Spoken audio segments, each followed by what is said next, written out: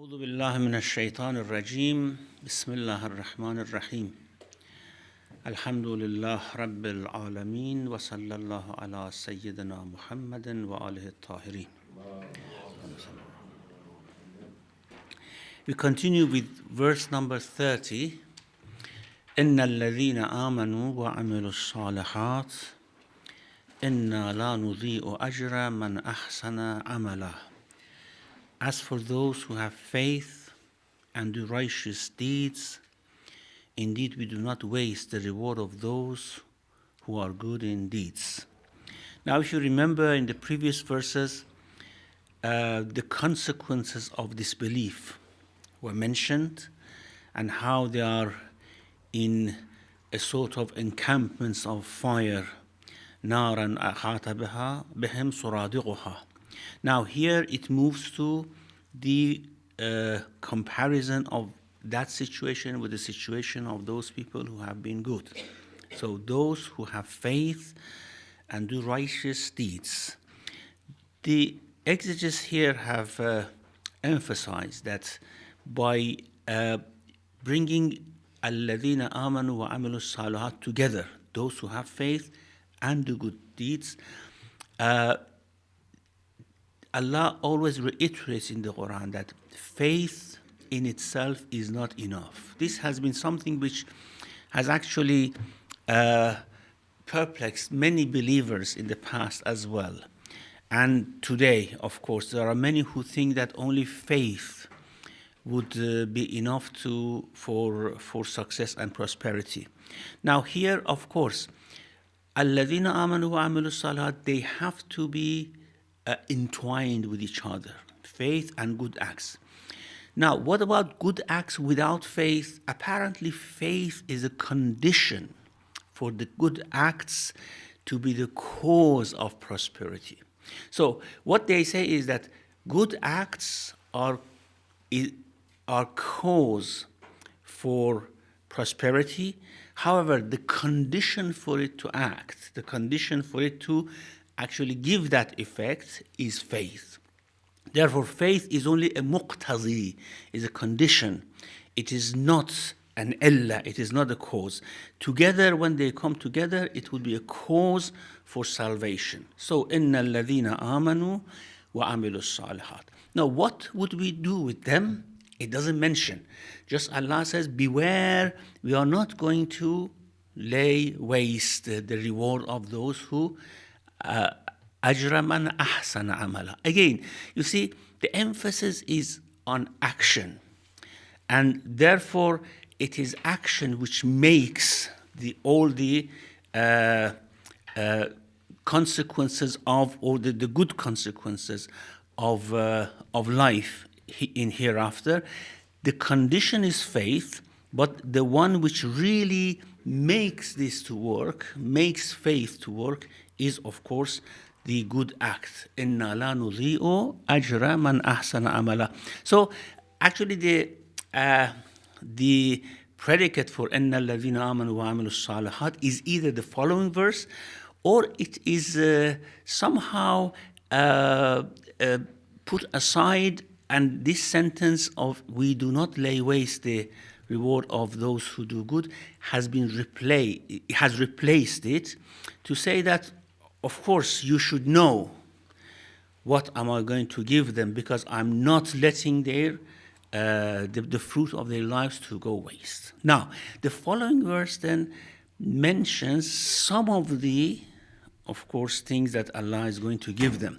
أولئك لهم جنات تجري جنات عدن تجري من تحتهم الأنهار يحلون فيها من أساور من ذهب ويلبسون ثيابا خضرا من سندس واستبرق متكئين فيها على الأرائك نعم الثواب وحسنت مرتفقا. For such there will be the gardens of Eden with streams running beneath them. They will be adorned therein with bracelets of gold, and wear green garments of silk and brocade, reclining therein on couches. How excellent a reward, and how good a resting place. Now here, a little bit detail is given into that reward. Usually, the Quran talks about gardens, Jannat, the paradise, and doesn't give much detail in many places. But in certain instances, we have such elaboration of the bounties which are given to the believers. For them are Jannat, gardens.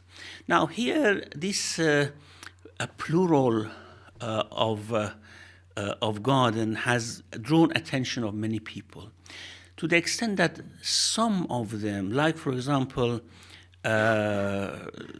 Fakhruddin Razi has mentioned that there is a possibility that each person have one garden for himself. And that is, of course, not very far-fetched, because although they are neighbors, although they come together, although they rejoice meeting each other, however, each one of them have their own territory.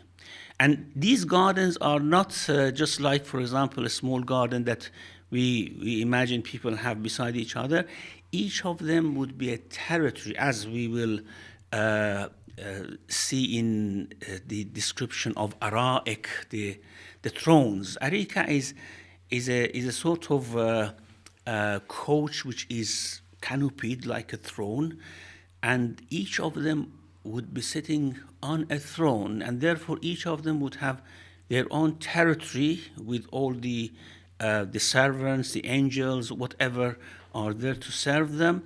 And then, of course, they come together, they visit each other, they sit with each other, they talk about different things. What they talk about is very difficult to understand, but the social life there is, of course, a very important aspect of the life in paradise.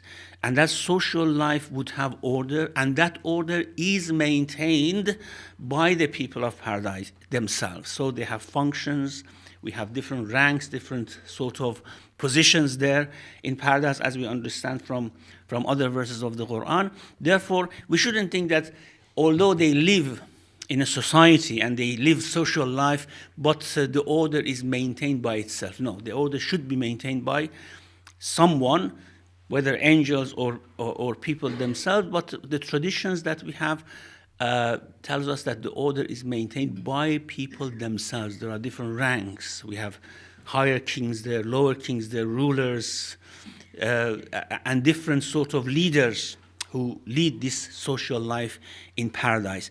So they have Jannat and gardens. Jannatu Adnin. What's the meaning of Adn?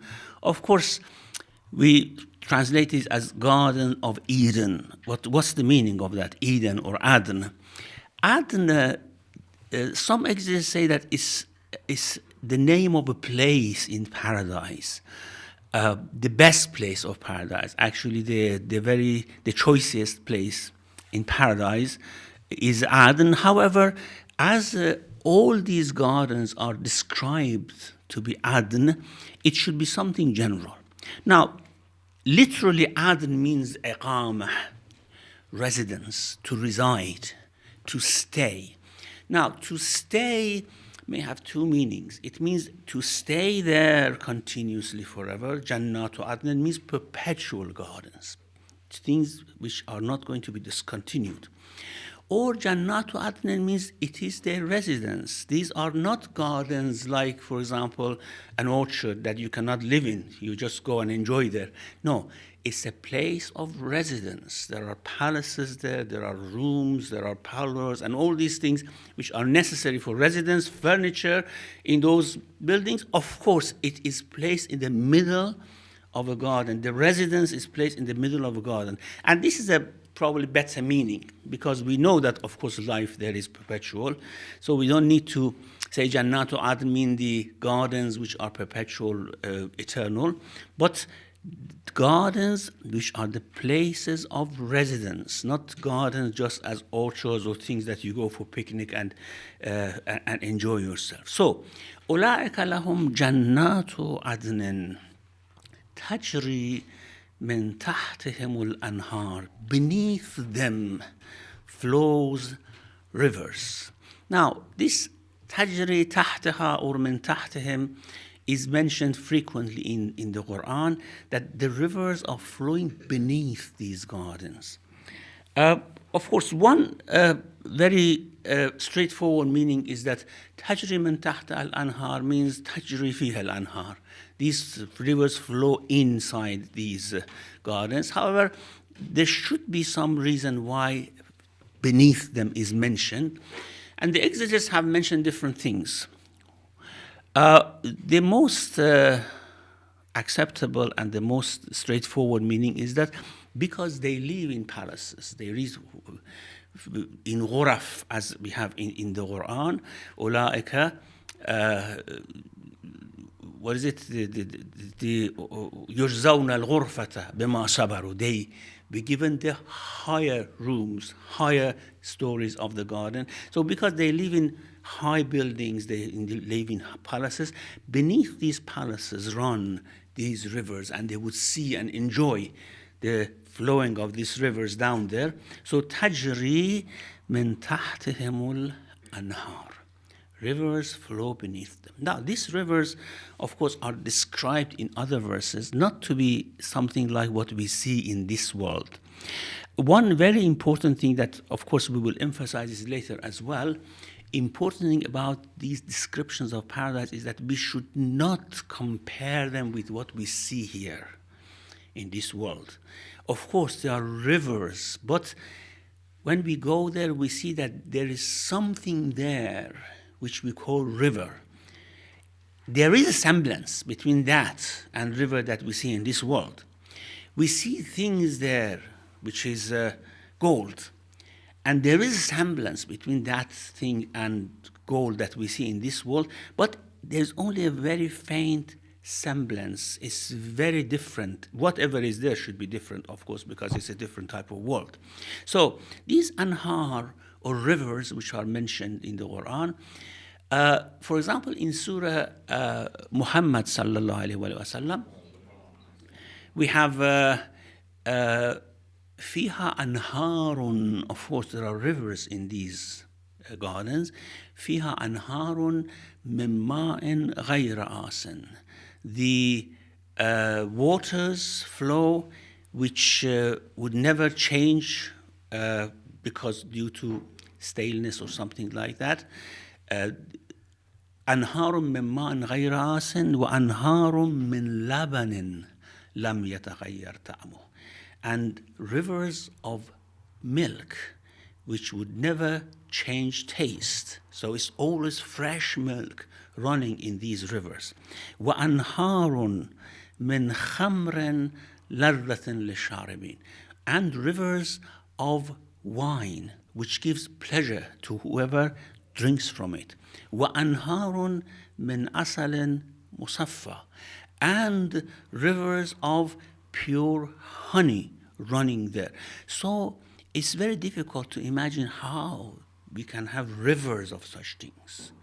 Where these, for example, where this milk comes from, it should be something very different from this world. We don't have cows at the height of a mountain, for example. Some people are milking them, or bees, for example, creating these rivers of honey. It should be something different there. Only a sort of example is given to us. مثل الجنة التي وعد المتقون. If I want to give you an example of how these paradises are, in the verses in Surah Muhammad sallallahu alaihi wasallam, مثل الجنة. If I want to give you an example of how it is like if there are rivers of honey, rivers of milk, rivers of wine, rivers of water running. So we should not, as I said, we should not somehow liken what is there to our world. It's very, very different. Just descriptions are given to give us some example, some view of what is awaiting people in paradise. تجري من تحتهم الأنهار.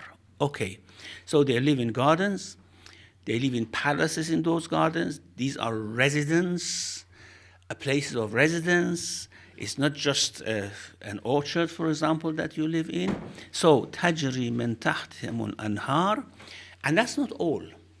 the way they live there is, of course, very luxurious, very regal type of life they have. يُحَلَّوْنَ فِيهَا مِنْ أَسَاوِرَ مِنْ ذَهَبٍ.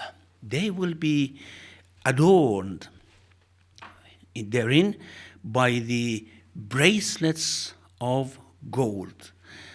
Now, bracelets of gold are mentioned in the Quran in several places as signs of kingdom. As, for example, when Musa goes to Pharaoh, Pharaoh says, فَلَوْلَا أُلْقِيَ عَلَيْهِ أَسْوَرَةٌ مِّن ذَهَبٍ أَوْ جَاءَ مَعَهُ الْمَلَائِكَةُ مُقْتَرِنِينَ. Why, if he is, as he claims to be a prophet, why not like spiritual people, angels come to him that we can see, or why not like kings? He has bracelets of gold. So this may be a mention, maybe an allusion to that kingdom. In other verses of the Quran, we have that every individual has a kingdom there. وَإِذَا رَأَيْتَ ثَمَّ. If you can have a view of that place, رَأَيْتَ نَعِيمًا وَمُلْكًا كَبِيرًا. You see a huge kingdom there. So this asawira min dhahaban, asawir is, they say, is plural of aswira. Aswira is plural of sawar, and sawar means bracelet. However, asawir probably is plural of aswara, which in Persian means daswara, means bracelet. It's a Persian word. And there are other Persian words used here. As I have mentioned before, whenever there is description of paradise, exotic words are used to give a sort of strangeness, unfamiliarity to the whole description, so that people do not think that this is really what we have here. It should be something very different, something unfamiliar, something outside our reign of concepts. So, أساور من ذهب ويلبسون ثيابا خضرا من سندس واستبرق. And they will be wearing garments of green garments of silk and brocade. Now, sundus is thin silk, very, very delicate silk, and istabrak is thick silk or brocade, which is the silk which is thick and, of course, having been woven with gold and silver and things like that. So they will have these things as well. Now, some exegesis says يَلْبَسُونَ ثِيَابًا خُضْرًا. They wear the green garments of silk and brocade. But يُحَلَّوْنَ فِيهَا, they will be adorned. They have made a very interesting difference between the two expressions. It says يَلْبَسُونَ because they deserve it. They wear it because they deserve it. It's actually the expression of their actions there. It is translation of what they used to do here. But yuhallawna, will be adorned, is something in addition to their acts. It is something which Allah, out of His grace, would give them. Their acts would not deserve it. Of course, when we go in Jannah, there are rewards of our acts, and there are additional bonuses, there are additional grace from Allah coming. They say, يَلْبَسُونَ ثِيَابًا خُضْرًا, they wear, of course, this green garment, these green garments, is the actions, the result of their actions. يُحَلَّوْنَ is an additional grace coming, the kingdom which is given to them by Allah.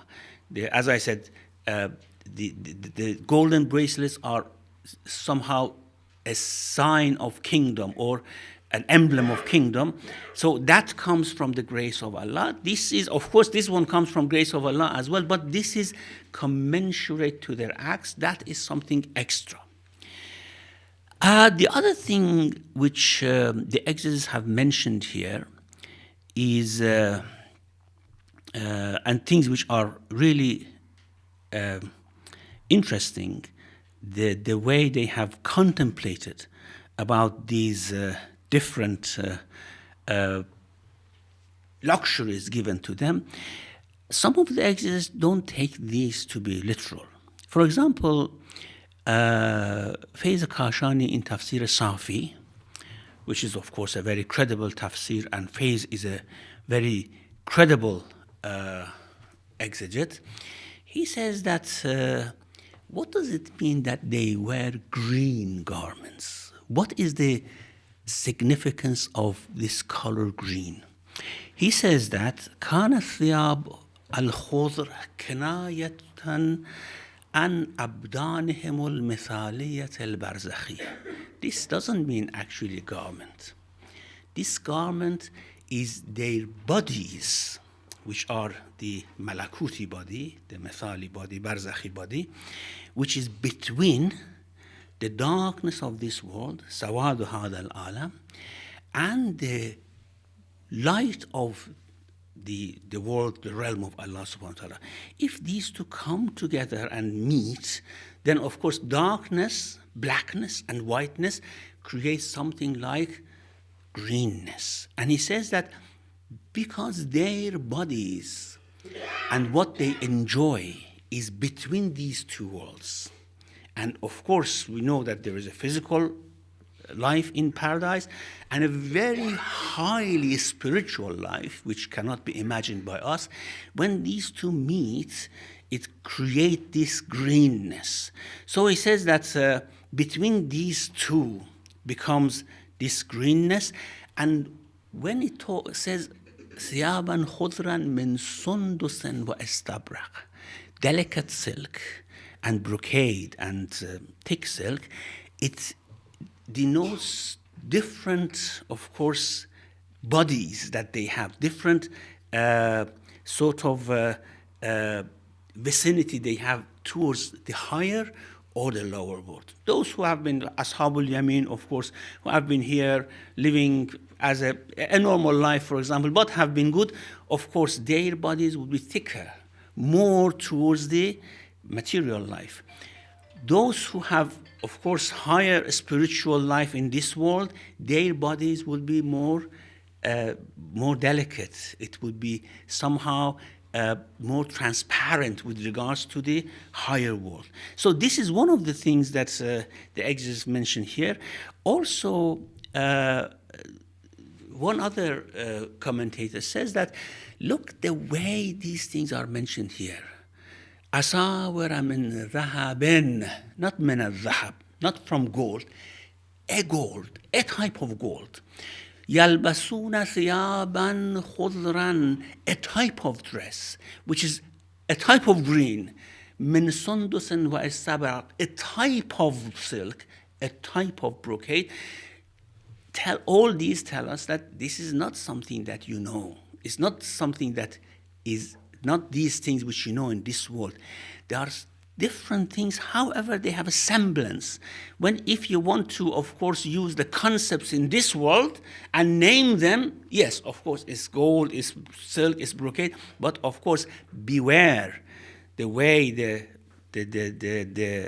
sentence is put together, the expression is put together, tells us beware, they are not like what you know in this world. They are different.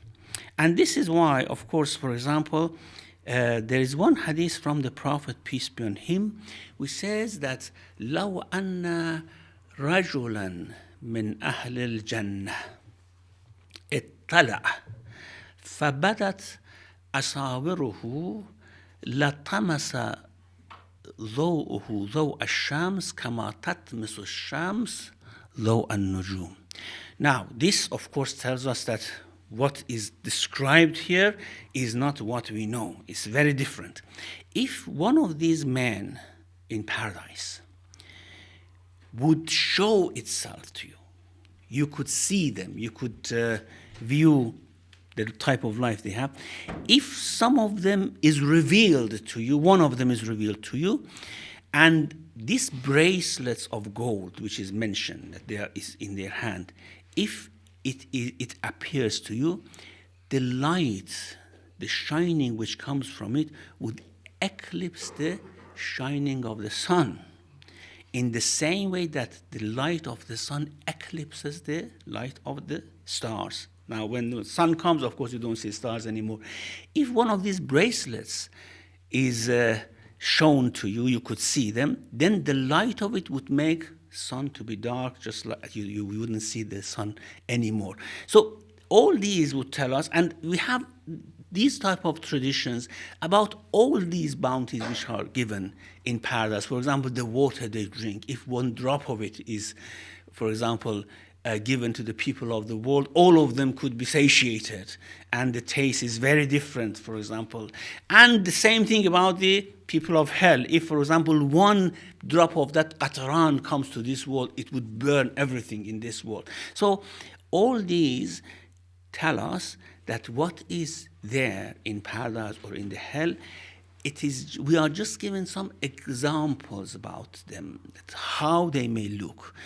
As I have mentioned several times before, if you can compare what is there with the life that you have in the womb of our mothers, we had in the womb of our mothers, you can compare what is in the other world to this world. Because this is not comparable, that is not comparable as well. So,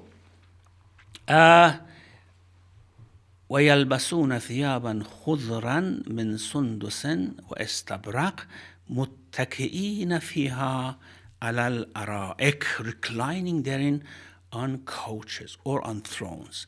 Again, the commentators have mentioned, when you have this position of reclining, it means that you are a very important person. You are sitting there ordering and commanding.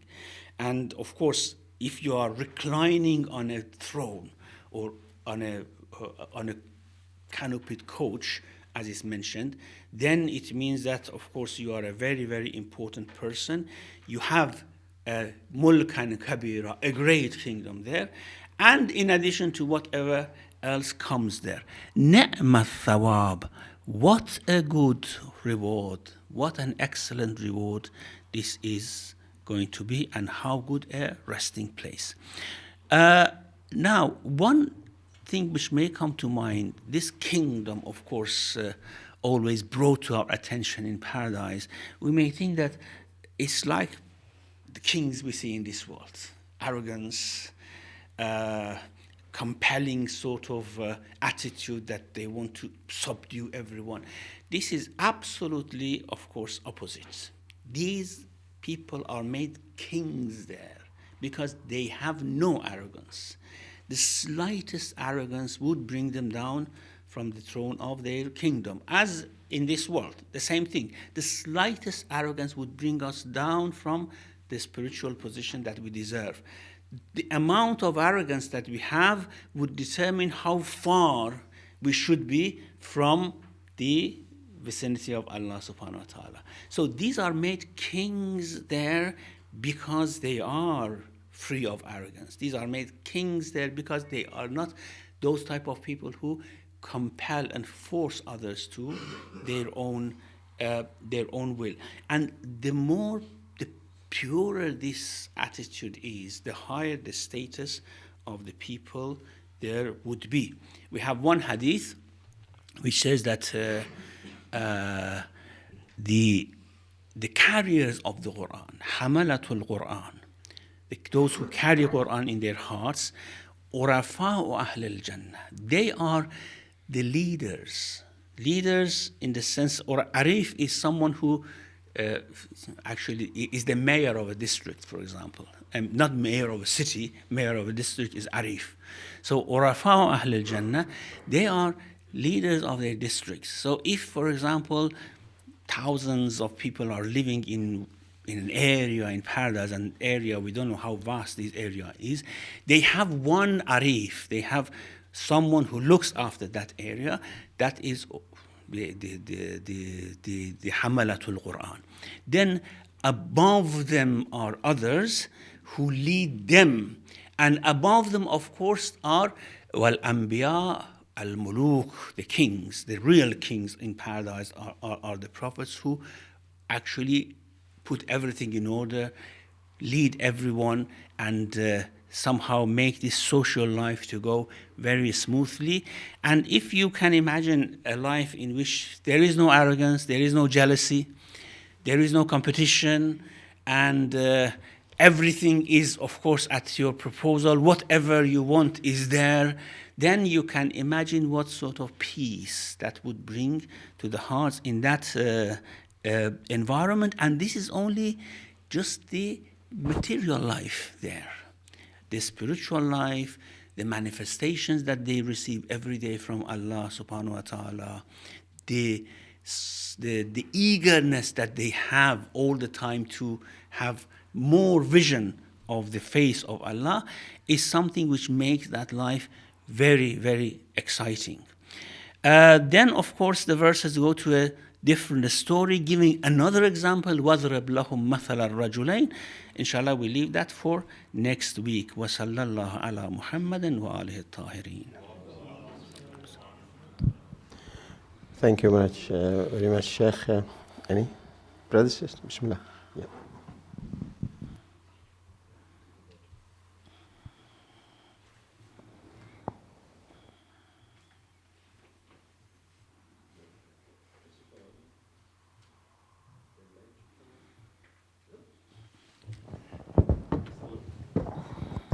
Okay. Sheikh, thank you so much for lots of clarification today of things that have been going on in my mind. Thank you. And two questions I want to ask is that, one is that, do you feel that there is sufficient evidence in the Quran that the next life is going to be a physical life? I mean, all of these that we heard today relates to physical presence, whether it's a green brocade or whether it's servants or whether it's residence or milk, honey, physical. Yeah. That's one question. Okay, I'll let you answer that and then I'll go to another. Yeah. Well, of course, if we are in the Quran, it certainly gives that impression that life there is physical. And then we have all these verses about bodies coming back, Allah making the body again. أَيَحْسَبُ الْإِنسَانِ أَلَّن نَجْمَعَ عِظَامَهُ. Does man think that we would not gather his bones? Yes, we will do that. Even the fingerprints we will make again. All these allude to a physical life. However, that physical life is not the main sort of existence there. That physical life makes it possible, where if people go to paradise, inshallah, it makes it possible to become a springboard for a much higher spiritual life, which even the angels cannot experience. Because angels don't have that physical life, they cannot experience that growth, which, of course, human beings would have. Now, the Quran mainly talks about the physical aspect of paradise, because spiritual aspects of paradise are not describable in any way.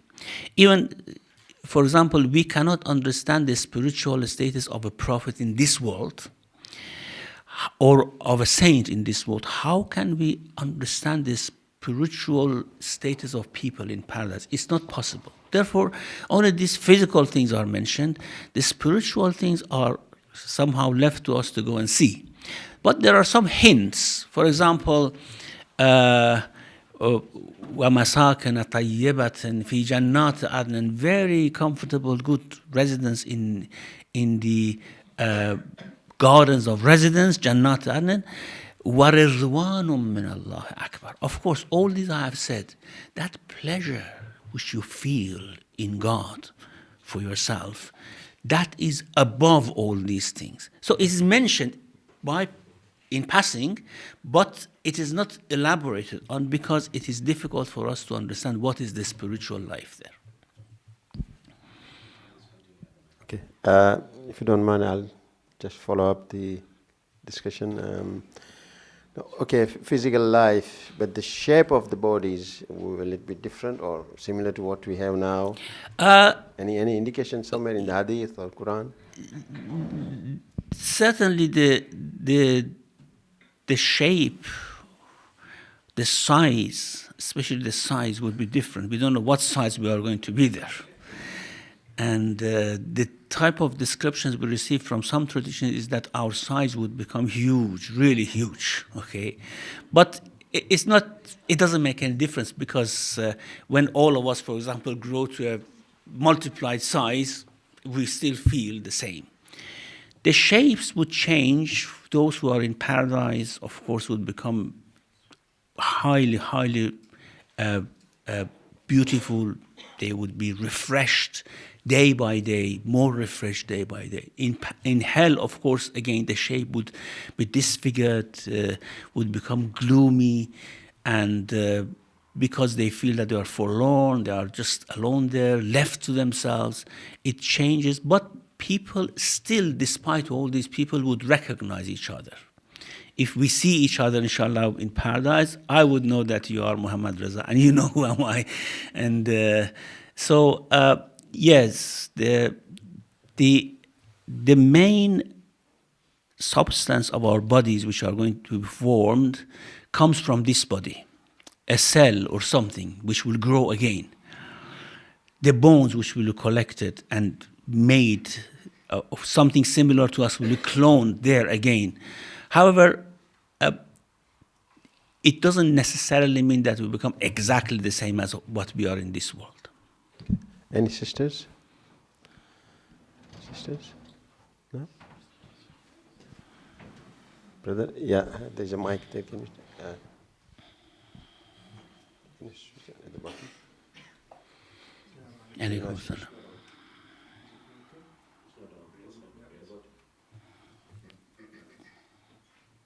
Assalamu alaikum. Alaykum salam. Thank you very much for thorough explanation for this ayah, which is I read several times and become now more aware of it. But my concern was actually is the last thing what you mentioned, which is I want to go back to beginning. As I understand, and your previous explanation of different part of Surah, in Jannah, there are different levels in Jannah. There are warafat. If you are good, you have higher up, or you just come Mahfil Ali. Maybe you're sitting in the beginning of Jannah. Therefore, and obviously, you will have different levels in asawir and istabraq and harir, and you have your clothes, your amount of gold you're carrying, you're putting on. It depends actually how mu'min, how good things you to do. Eventually, inevitably, you're going to really have different classes in the society there. And then, hence, you will have jealousy. The one you said there is no jealousy. Now, I think will be jealousy there. You will have different type of people. You could people walk in the street with a lot of gold on, while there's somebody coming from Mahfil Ali with that much gold on him. Therefore, how why you downgrade playing Mahfil Ali so much? Yeah. Yeah. Therefore, I think how are we going to really face? I just want to visualize. There is contradiction here. Is there is equality there? I mean, people, everybody, as far as he's in Jannah, it's fine. He's safe. Or now you're coming to Jannah to explain, no, there are different classes, different criteria, and different levels of prosperity. And that make me a bit worried. I mean, then there will be people jealous and people really greed and things like this. And since there is, we get a situation that you cannot change. You cannot pray more to really have higher up. You got to the point is cut off. Am I right? Well, you know, there are two answers to this question. One is that we underestimate the power of love and spirituality. You see, if there is love, which of course paradise is drenched in love.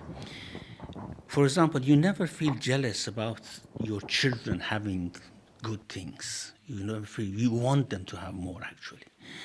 Why? Because you love them. And people in paradise love each other. And that's why if they see they have things which they don't have, they never feel jealous. They feel happy. The more they have, the happier will become, because they see manifestation of the grace of God there in them and as well as in themselves. We have in this dua, which is of course recommended to be recited morning and evening, part of it is Subhanallah walhamdulillah wa la ilaha illallah wallahu akbar ala kulli ni'matin an'ama biha alay wa ala kulli ahadin min khalqih mimman kana aw yakun ila yawm al-qiyamah. I praise God for whatever He has given me and whatever He has given others, because I see that as a manifestation of the grace of the Lord. I become happy. This is one answer. The other answer is very interesting. The same question exactly was asked from Jesus Christ, that you say that people in paradise do not feel jealous while they have different levels. How?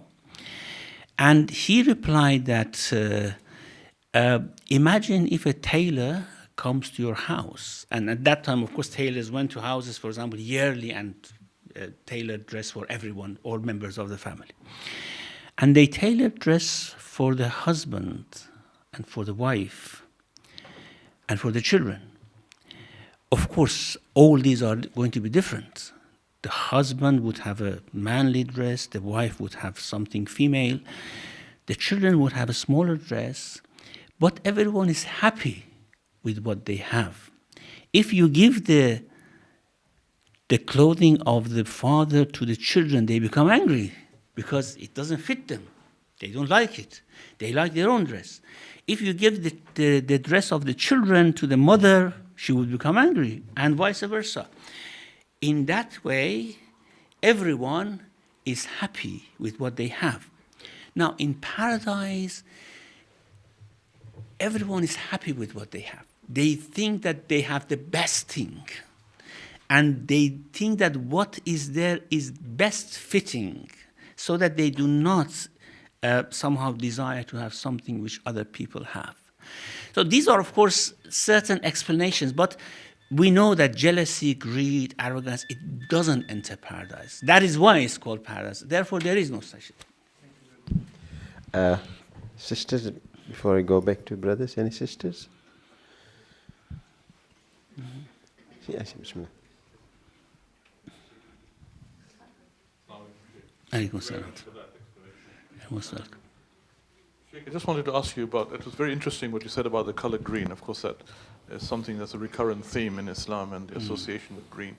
So is this the core of that association, or are there other aspects that we should know about the color green and why it's associated so strongly with Islam?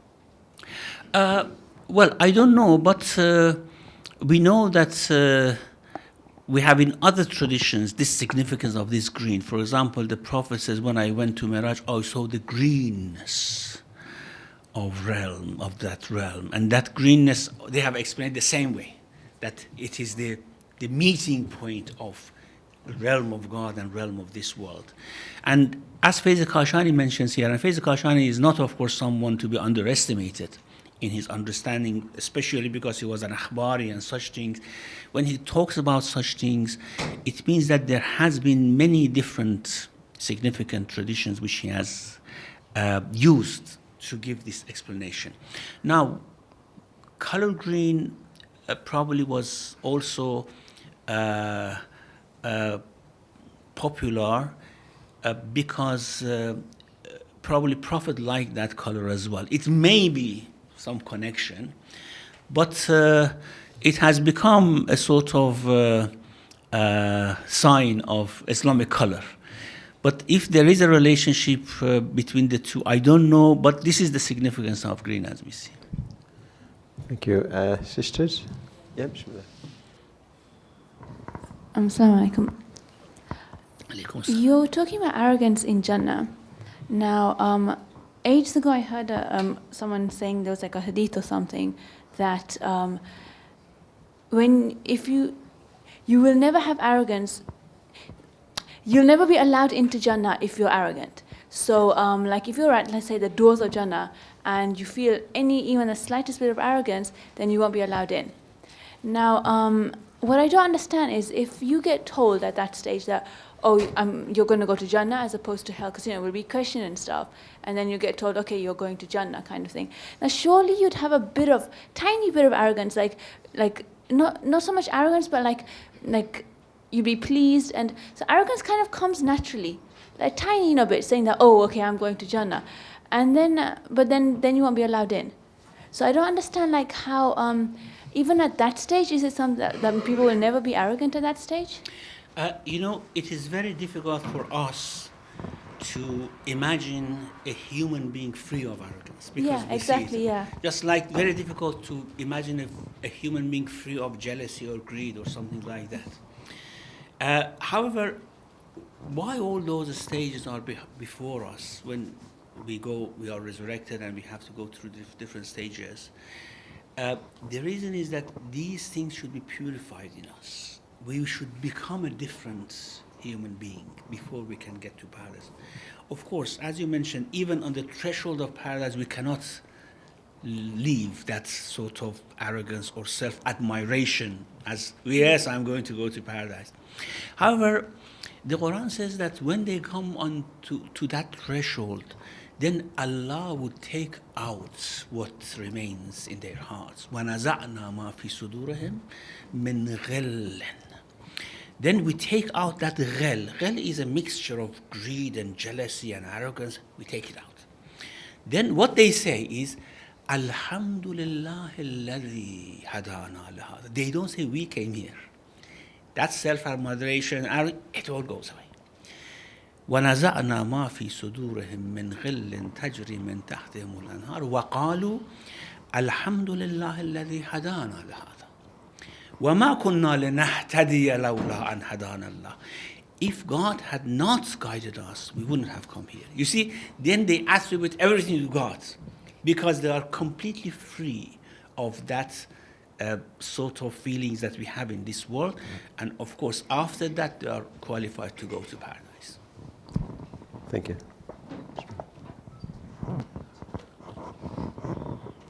Shaykh, as you so clearly explained that all of these expressions are really examples and your experiences in life, yes, of I have seen a color green, I have tasted milk, I have tasted honey. So you can then relate, I have seen brocade, I have seen silk, but I haven't tasted wine. Yeah, if you taste it, then you cannot taste wine there. No, but you have heard why people drink wine, because it gives them a sort of ecstasy, isn't it? You have heard it. That's actually, wine is a liquid which has a very bad taste, but it gives an effect which people drink it because of that. Well, I have heard it, I haven't drink it.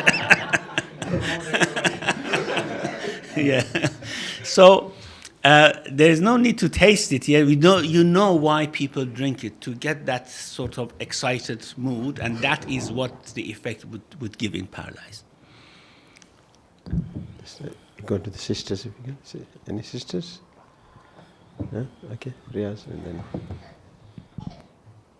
Shaykh, I know that we have discussed this many times, but it's a very interesting subject, and that is association between faith and good action. Mm-hmm. And you said today one is a precursor of the other. But then many times we see good actions which are, as we assess them as good actions, in our limited knowledge, we see what we perceive as good actions by those who have no faith. So how do we position No, maybe I explained myself not quite rightly. I didn't say faith is a precursor of good action.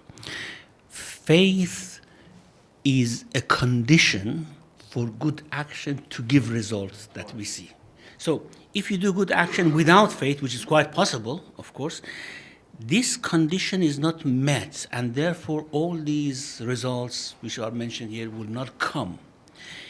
If you do good actions with faith, then that condition is met and things will have their own effect. Thank you for clarifying. Just sister, pass the mic to any sisters? No? Okay, Jamil. No. You know this thing you mentioned about the milk and the honey and whatever, they're not, in reality going to be there. It's just something. It's like saying hand of God. You know, whether God has a hand or not. You're mentioning these are mushabihat, something that they're saying. So mutashabihat. So that we can actually feel, because people value honey or milk or whatever.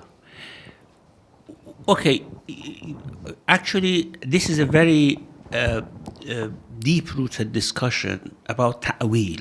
You know, are we allowed to do ta'wil in the Quran? What ta'wil? What we mean by ta'wil is not the ta'wil that we receive from Ayyimah alayhimus salam. Just ta'wil that we are allowed to do. To take words to have a meaning different from their literal meaning. This is the meaning of ta'wil. Now, are we allowed to do that in the literature of the Quran? Now, there are some people who say you are not allowed to do it under any condition. Okay? That means if it says hands of God, it means hands of God. And it means God have hands. These are the mushabbiha, and these are those people who take everything literally. And of course, taking these literally is not because they are not mushabbaha because they take these things literally. They are mushabbaha from other argument. Then they take these words literally. Now we know that that's not true. And if we hear about face of God or hand of God or God sitting on the throne, we have to do ta'wil. This is the idea, the view of the majority, 99% of the Muslims, okay? Only the mushabbaha, they say, no, we take the literal meaning. So, it's clear, we need to do ta'wil in the Quran in some places because the expressions are describing spiritual things in physical concepts. And for somehow understanding the meaning, we have to take the physical aspects out of it and give it a spiritual meaning. This. However, to what extent are we allowed to do it? If an expression is there for which there is a possibility, like rivers running in paradise, why should we do ta'wil there? Why should we think that there aren't rivers in paradise? It's not like hands of God, you see. God cannot have hand. God cannot have face. But paradise can have rivers. Why shouldn't we accept that? Why should we commit ta'wil in this? Are we allowed to do ta'wil in this or not? I think the reasonable position here is that no, we are not allowed. If there is no need for ta'wil, if there is no necessity for ta'wil, we shouldn't do ta'wil. Yes, because the Quran tells us what is there is not what you hear in this world, what you see in this world. Therefore, we say, yes, these are examples. But there is a reality for it. It's not just like these are just descriptions, hollow descriptions. There's nothing, there's just a spirituality there, and these are hollow descriptions of no. There should be something corresponding to it, which we may call river here.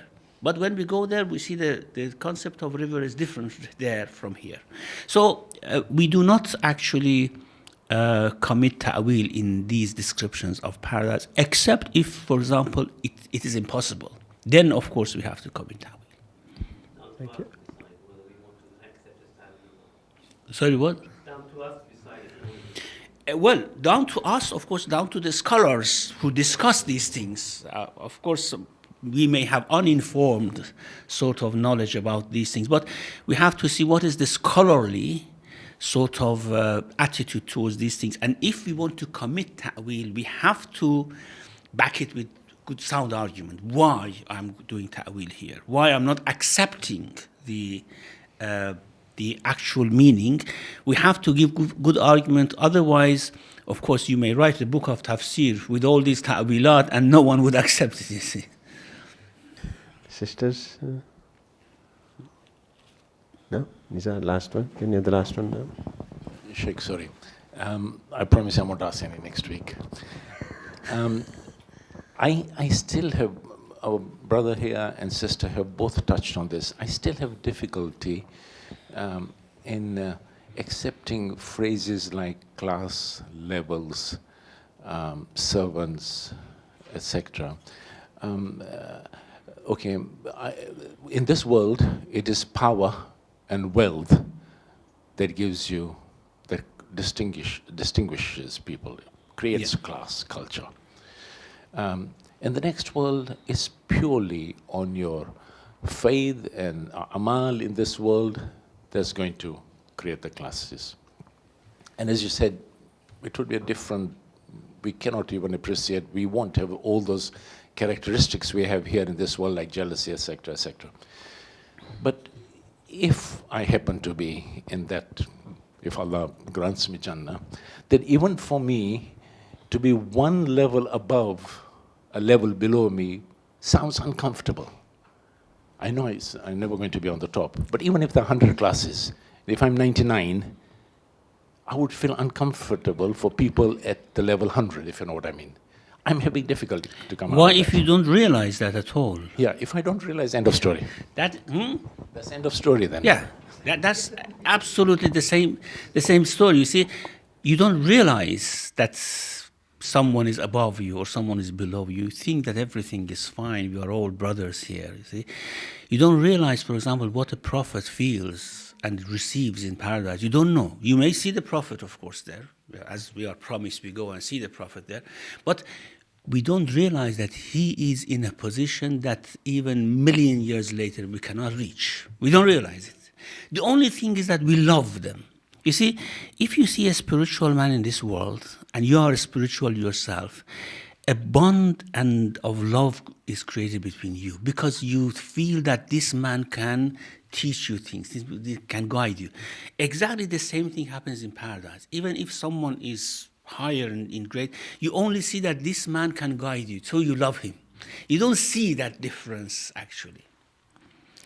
Inshallah, we'll go and see. Thank you. I think we'll actually run out of the time, so inshallah we can. Okay, just quickly, please. Yeah. I just want to add one simple explanation, and I don't know if you agree to, is جنات تجري من تحتها الأنهار. The best garden, actually, you could see it here, if you don't need to give it water, because there is water flowing underneath. And therefore, what it may be, I don't know what you some exegetes have mentioned this garden is really perfect because the water goes underneath without seeing it. You don't need irrigation. The water is there flowing, yes, of course. Thank you for that nice point to close on. Okay, thank you very much, Muhammad wa ali Muhammad Salawat. Yes, inshallah. Next week, continue, inshallah. Inshallah, Muhammad.